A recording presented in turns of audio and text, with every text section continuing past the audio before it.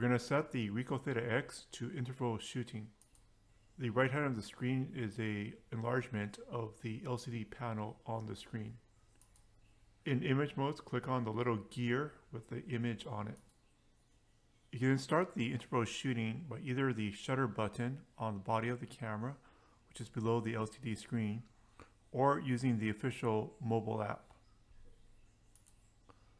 The default setting will take a shot every 6 seconds. This is the shortest interval you can set. You can stop the interval shooting by simply pressing the shutter button again.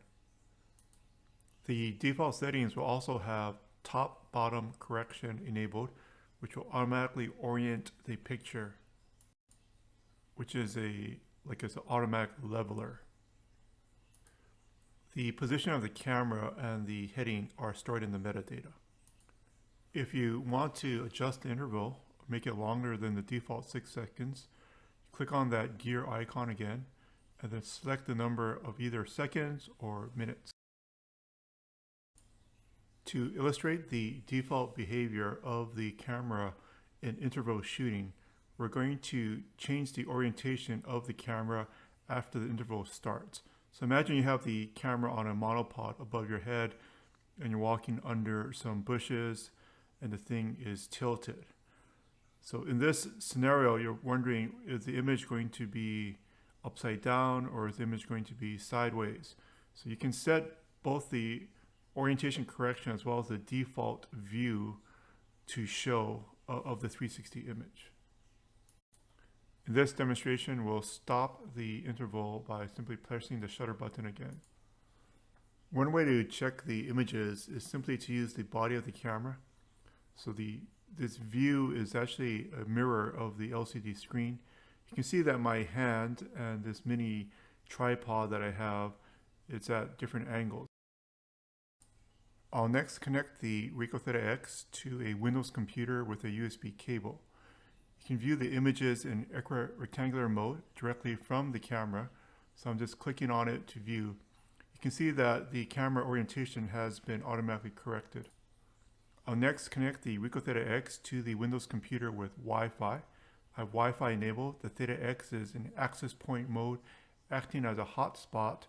To make sure that I have a HTTP connection going, I'm just going to ping the endpoint, which is going to be 192.168.1.1.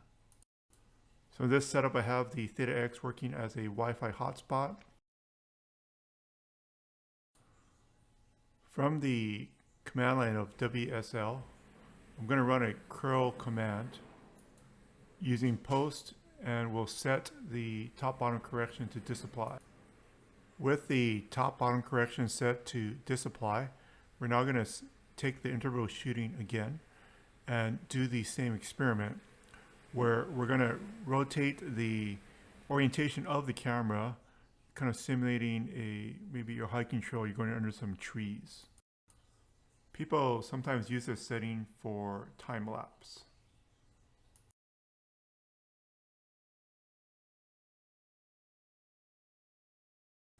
Now the orientation of the images will correspond to the orientation of the camera.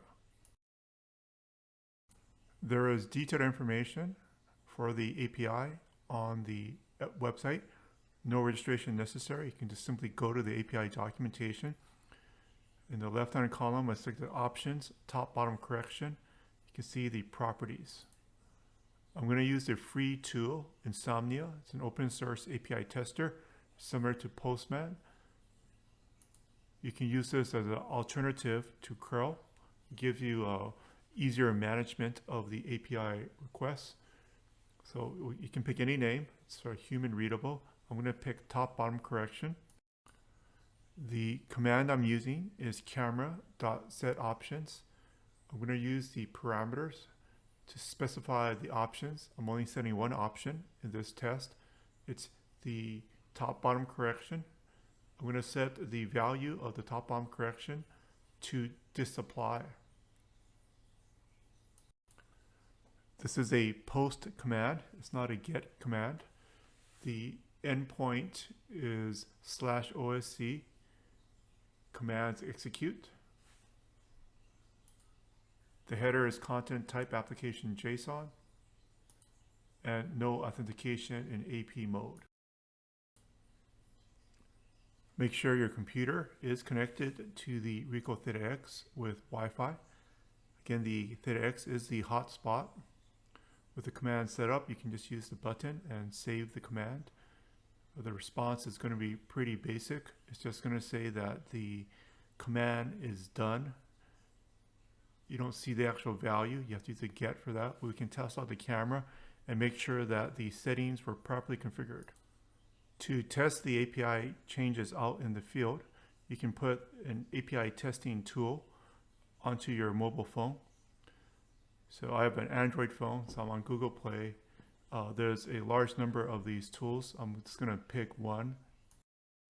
The tool I'm using is called API Tester. It's free, and I'm going to test it with the OSC info, and I'm getting the response back.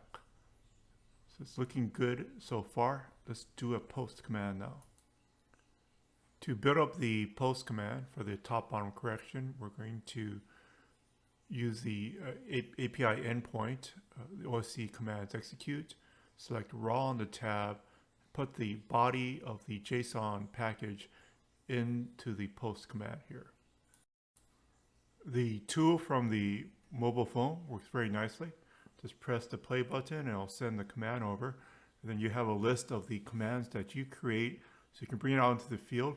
Just configure a apply and a disapply for the camera, and then you can take it out, apply the top bottom correction and disapply it, and then you can compare whether it meets your requirements or not. Using this technique, you can build a rudimentary mobile app without really programming. Bring your phone out into the field, control the camera, take some settings that's not in the official mobile app, and see whether it meets your requirements. If you have any questions, post to the forum.